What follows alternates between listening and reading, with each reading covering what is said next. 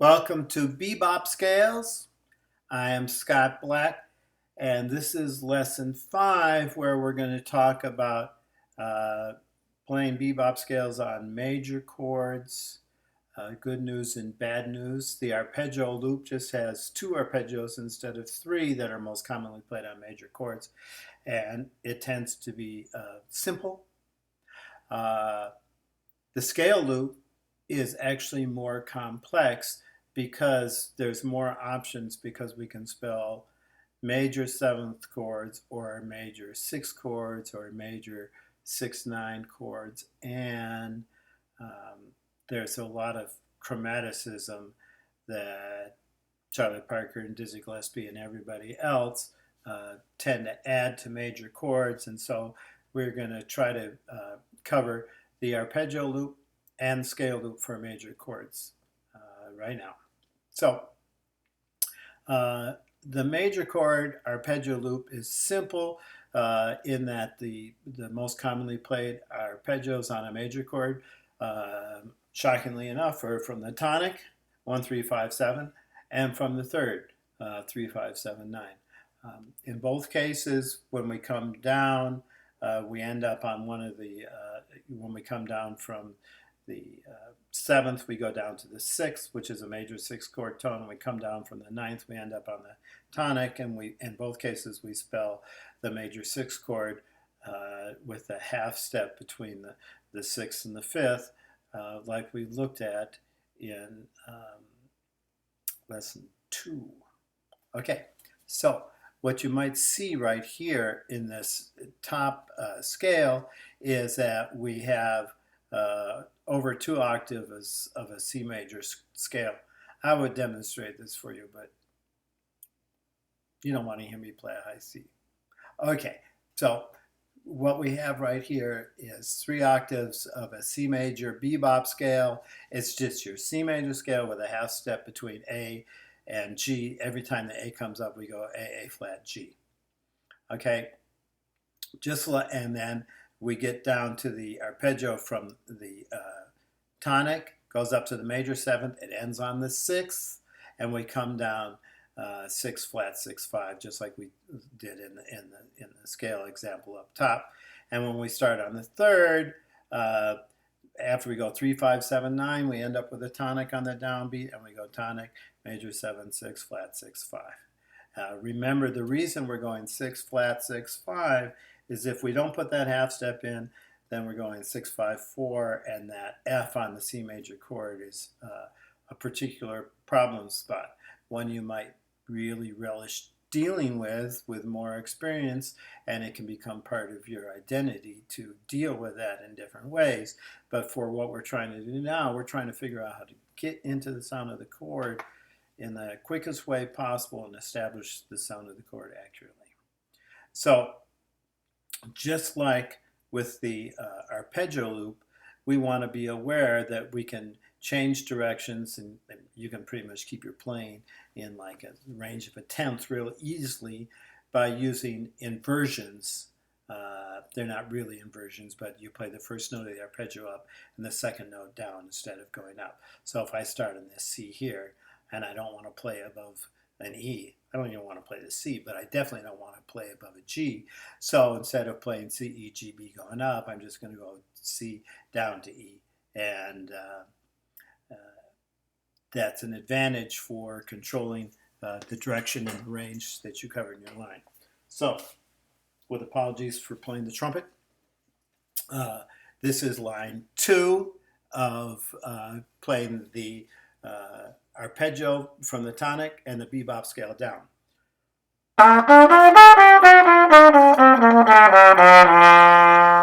And then we want to remember that we can play the inversion of that right here in this line.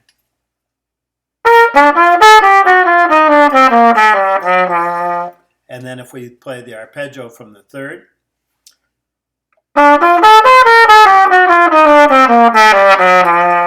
or the inversion of the arpeggio from the 3rd right here.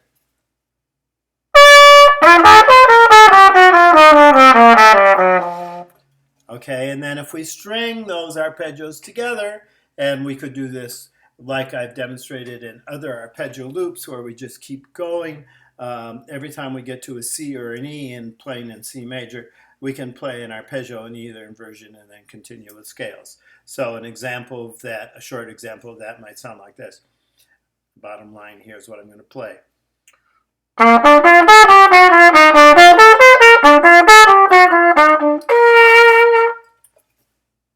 Okay, so the arpeggio loop is kind of simple. Let's get on to my computer technology here. I just brought up my scale loop, and there it is. All right, so when we look at the scale loop, again, we're coming down from all the notes in the C major scale, not just the C6 chord tones like we get by playing the arpeggio loop on a major chord.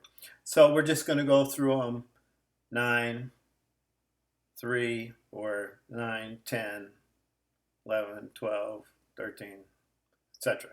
Okay, and lucky us, depending on whether we want to spell the major 7th chord or the major 6th chord or the major 6/9 chord, we can put half steps in different spots. So let's get right to it. If I start on a D and I don't use any half steps, that's fine. D is a major 7th chord tone. B is a major 7th chord tone. By the B falling on a downbeat, the A is on an upbeat, and so the G is on a downbeat. All that's good to go. And I only have to do the enharmonic tone down at the bottom with the A flat G, because that A is on a downbeat. Here it's on an upbeat. Here it's on a downbeat. So I go A flat G to stay in the sound of the chord. And it's and then before I play it, I'll look at the next one. I can spell the 6/9 chord since I'm starting on the 9th. That makes me spelling the 6/9 chord. That's the 9th. I can go 9 flat, 9 tonic, and then I can then if I do that, then I got the tonic on a downbeat. The major 7th is on an upbeat, which puts the 6 on a downbeat, which means I have to go 6 flat 6 5. And so you can listen to me play these and think about which one suits your personality more and which you'd be more likely to put in your repertoire. So this is with the minimal half steps right here. I'm going to play this one, and then I'm going to play that one.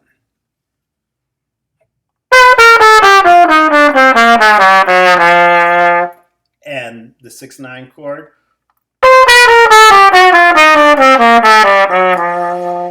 That one has more chromaticism to it, but we can add chromaticism to the first one in ways that we'll describe, yes, a little bit later.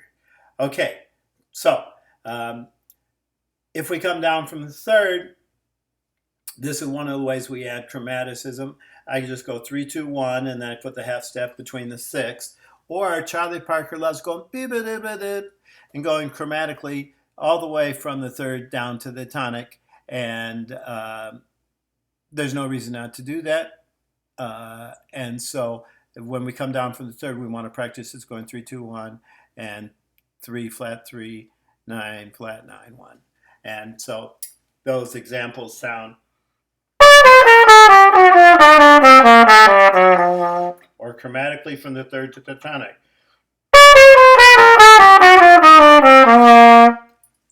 Okay. When we come down from the 11th, again, the 11th is a very high tension note. And usually we will use enclosure, as I did in this second example over here. That's enclosure. I can play down to the 9th and then try to get into the sound of the chord as quick as I can from the 9th. And so this gets done some. This example here with the enclosure is more likely. And you'll hear when I play these two, the enclosure one gets into the sound of the chord quicker. So here I'm playing line 3 from the 11th. Or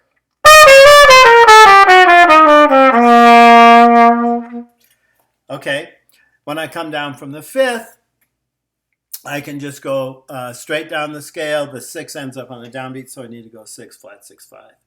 Or I can, since the third falls on a downbeat, I can go chromatically from the third to the tonic again. So the second one's going to be more chromatic and a more bebop-y sounding. So I'm going to play this line here now, starting on the fifth. We're starting to run into territory where my trumpet playing might start to be bad. So it's just heads up. Okay.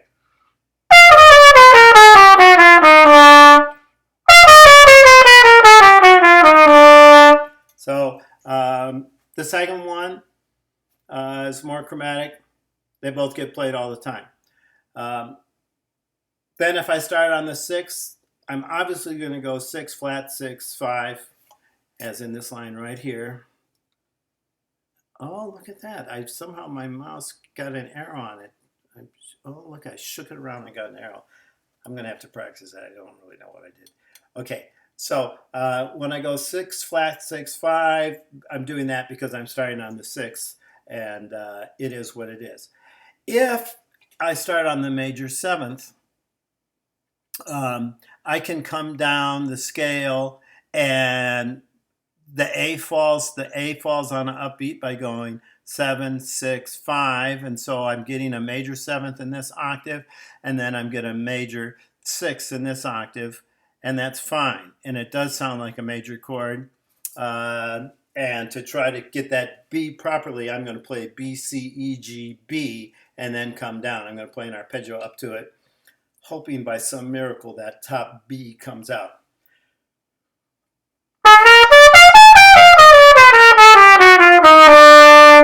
So right there, that was this example with minimal amount of half steps. I played a C major seventh chord, 7 1 3 5, and then 7 down with only a half step between the sixth and the fifth.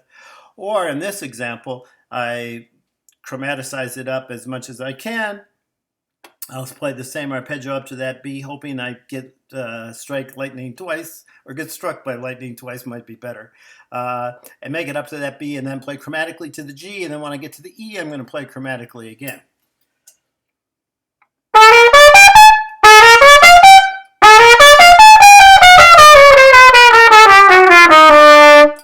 Yeah, it sounds just like Howard McGee there. Okay, so in any event, that's the scale loop for major chords, which has a lot of options.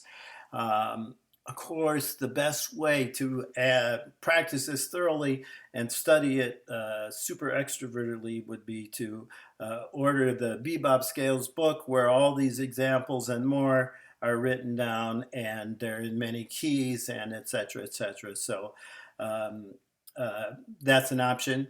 And you can make a photocopy of this page or do whatever you can do to try to remember this stuff. But we're trying to explain things, and I'm also trying to help my students with things that I have lessons and assignments about to belabor and try to lose sleep over worrying about how it gets done.